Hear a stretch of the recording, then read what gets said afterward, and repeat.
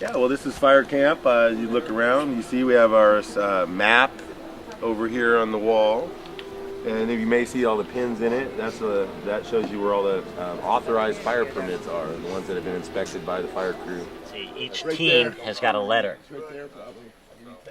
and so with that letter, that team then takes this neighborhood, and we try to cover not just the fair, but outside the fairgrounds, the 8 campgrounds. Just try to get it all covered so that people are safe in the woods and on the fairgrounds.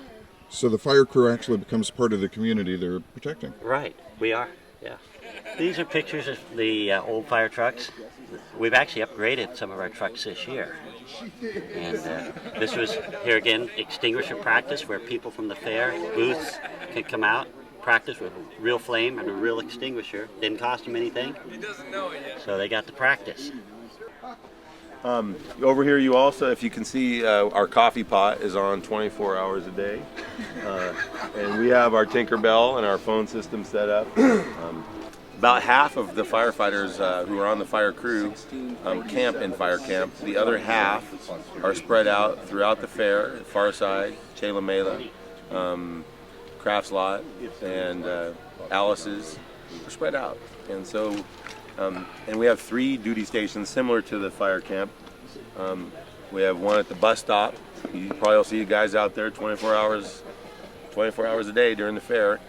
And we have another one at Far Side. And so 24 hours a day we have people there. This is Fire Bill here, you're on, that's Fire Bill. Hi, how's life going? Firecat Tom, the other co-coordinator. All right. We have met. We met in the rain. We did meet. We did. Yep. Last year in the rain. Yes. Right. The pirate firefighters here. You want to take a walk? All right, let's go. Show you some of our stuff, come on. Yeah. The new equipment. This is one of the engines we provide to the fair. Fire Gnome. You may have known him, Tom Hennigan. He is the architect of the one thing that we provide are these trucks to the crew, to the fair.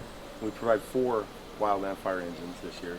If you look on top of that engine over there, it's hard to see it, but there's over 1,000 feet of hose packs, which are these what we call hose lays. They're pre-put together, and so we are confident that we can get water anywhere in the fair without having to drive into the fair. You asked about the people on our crew. It sounds like a good crew, and we have some people from structural fire departments in Salem and Portland and Eugene, people with 25 years of structural experience. We have people with wildland fire experience. I think you met a few of our people who are what they call single resource boss, qualified people with 20 years wildland experience.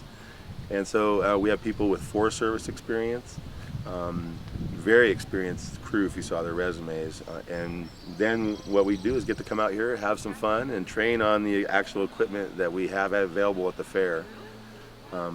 We take stuff to the info booths. At each info booth is a fire extinguisher and a pre-deployed hose pack, similar to what you have there. And water crew, God bless them, provides us with hookups.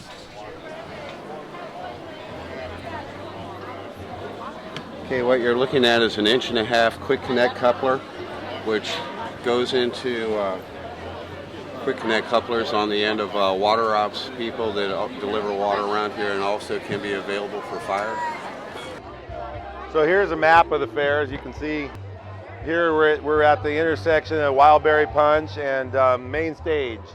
You can see from the map that there's info booths, and they're marked by the question mark. It's hard to see it here, but there's one of them right here. There's another one. I think we have 13 info booths, but don't quote me on that. We have a lot of info booths, and each info booth has fire response equipment, and we pre-pack that in there at the beginning of the fair, and it's a set amount. It's a fire extinguisher, a set amount of hose, a nozzle, and by having them strategically located at the info booths, we are able to respond to a fire in the 8 and have our equipment already there waiting for us. And we hook up to the water crew connections that are inch and a half connections, we can connect that hose right to with a quick connector. So pre-staged fire equipment is what we have. The Eagle booth. So let's go over there and let's see if we can find their fire equipment. Hello. Aloha, fire. We're with the fire crew and we have Video Yoda with us. He's videoing. He's videoing. And we were just showing him some of the things. Yes, see how it says loaner on it? The fire crew takes care of those and provides them to each of the info booths. Great. Excellent. What else do you have down there? Yeah, do you mind pulling that up I'm sorry to interrupt, dear. Oh no, we're doing great. This is part of what we do. So there's 1-inch hose with a nozzle on it. 1.5-inch hose. Show them that quick connector there. I'm sorry, not that, that's the gated Y. There's your quick connector. That's how we connect to the water. Are you aware that where the nearest supply to connect that to is if there was a fire? We have a map. Excellent. So hey, thank you very much. Thank you. So as you can see, each info booth has this same complement of fire response equipment. And if there is a fire nearby, any of the info booths, which covers pretty much the whole Fair. 8 anyway, right? 8 so plus. 8 plus, absolutely. Thank you, Eagle Info. We perform drills every day, twice. We have shifts and we do drills twice during each of those shifts where we actually do a scenario. For instance, if you look over here, we have done a scenario where we had a compost fire and all these trees need watering. So we try to double dip. We train our firefighters in a firefighting scenario with the actual equipment. At the same time, we're watering Andy's trees. I think that's working out pretty good. This is another one of our wildland fire engines. It's a Type 6 engine under contract with the Forest Service for immediate initial attack. And here at the fair, it's just one more resource that we provide. It has about 400 gallons of water. Again, we can put that 1,000 foot of hose off of this and run it off the pump here, so we don't have to drive it into the 8 and still get water into the 8. And that's in addition to the water coming through our info booth plan. So it's a secondary water supply source. And then we, of course, outside the 8, we can use this to respond to a fire. This is another Type 6. The fair actually owns this engine. They bought it from Lane District 1. We call it number 1. And it's available for dispatch here throughout the fair, same as the other wildland fire equipment. And then behind these guys, we actually find our watch. Here they are. That's Steve and Judy. They're in real life, they're structural firefighters with 25, 30 years experience. If there were a fire in the 8, this is an ideal apparatus. It's a foam unit built by Firecat Tom, and it could provide a third way to put out a fire using a foam concentrate pressurized system. And these guys here will put out the fire if there is one. Thanks, Judy and Steve. How many people are on the crew at any moment in time that are available to?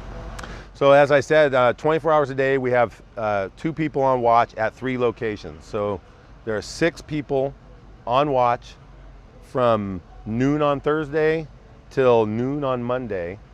That's in addition to Firecat Tom or Fire Bill, the coordinators who are almost always on duty, are Fire Pie. One of those guys is also up till 24 hours a day. And then we have the hose team, which drives around the engines. They're also on duty 12 hours a day, and they have teams of 3 people. So I think on watch, not counting the coordinators, we have 9 or 10 people immediately in PP&E ready to go at a moment's notice. Truck coming through. Truck coming through. Truck coming through. We just see, you can see Big Red over here on your right. It's our former fire truck. Our former primary response is now relegated to secondary response and also pole dancing. Great. Over here is the labyrinth. That's part of the, you've probably heard of that. And we're going to go ahead and water it. right now. So you'll see us squirt some water, okay, gently. We use watering opportunities as an example to do our drill. And so we know we want to squirt water and we want to practice, and so we might as well accomplish multiple objectives. We'll get this watered and pretend it's a firefighting scenario.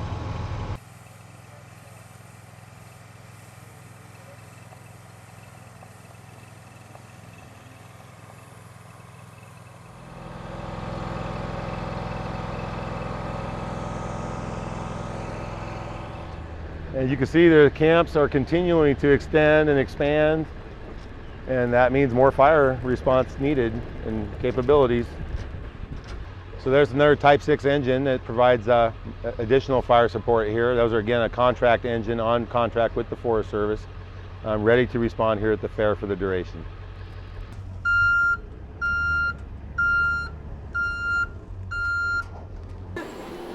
So you guys have put together a pretty great team here. We've been working on it.